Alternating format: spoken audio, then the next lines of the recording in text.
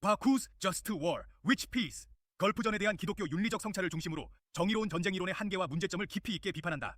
먼저 정의로운 전쟁이라는 담론 자체가 누구에 의해 어떤 목적을 위해 사용되는가라는 질문을 던지며 단순히 윤리적 기준 충족 여부로 전쟁을 판단하는 것이 도덕적으로나 신학적으로 위험하다고 주장한다.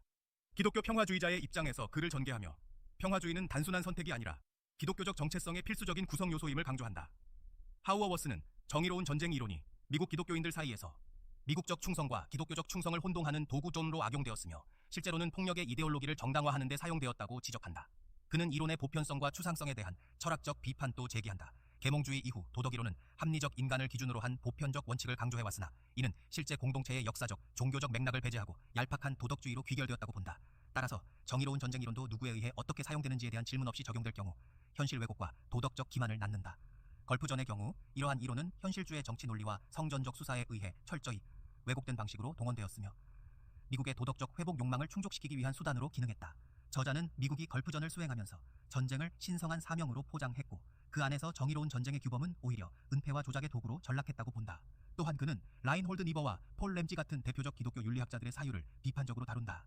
니버는 전쟁의 현실성과 죄의 불가피성을 인정하며 정의란 상대적이며 질서 유지를 위한 수단이라고 보았다. 반면 램지는 정의로운 전쟁 이론이 무고한 이들을 보호하기 위한 도덕적 전통임을 강조하며 전쟁은 해도 되지만 결코 무엇이든 해도 되는 것은 아니다는 기준을 세워야 한다고 주장했다. 그러나 하우어워스는 이 두 입장이 걸프전에서는 모두 도덕적 실패로 귀결되었다고 비판한다. 미국은 자국 병력의 피해를 최소화하는 데 주력하면서도 이라크인에게는 최대한의 피해를 입히는 전쟁 전략을 취했으며 이는 정의로운 전쟁 이론의 핵심 원칙인 비전투원 보호와 비례성 원칙에 정면으로 위배된다. 무엇보다 핵심 비판은 정의로운 전쟁 이론이 정치적 수단으로 동원될 경우 도덕과 신중함의 이분법에 안주하게 하며 기독교인의 실천적 신앙을 무력화시킨다는 데 있다.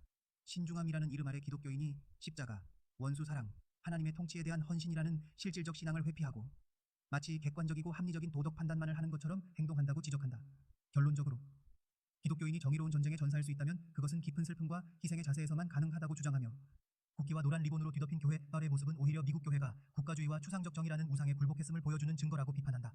하우어워스는 이러한 전쟁 지지의 신학적 정당화가 결국 하나님의 심판을 받을 것이라고 경고하며 글을 맺는다.